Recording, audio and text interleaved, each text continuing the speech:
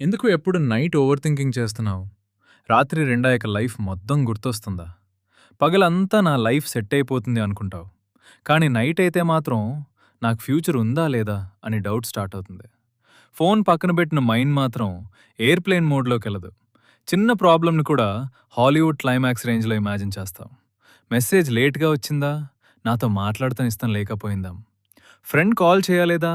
నాకు వాల్యూ లేదేమో. అయ్యో! రిలాక్స్ రా బాస్.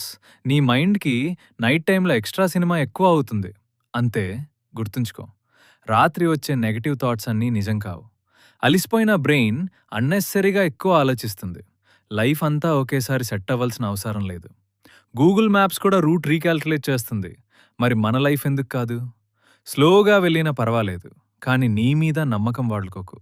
కొంచెం నావు, కొంచెం రెస్ట్ తీసుకో. ప్రతి ఆన్సర్ ఇప్పుడే దొరకాల్సిన అవసరం లేదు. ఎందుకంటే బెస్ట్ చాప్టర్స్ అన్నీ కూడా లేట్ నైట్ స్ట్రగుల్స్ తర్వాత స్టార్ట్ అవుతాయి.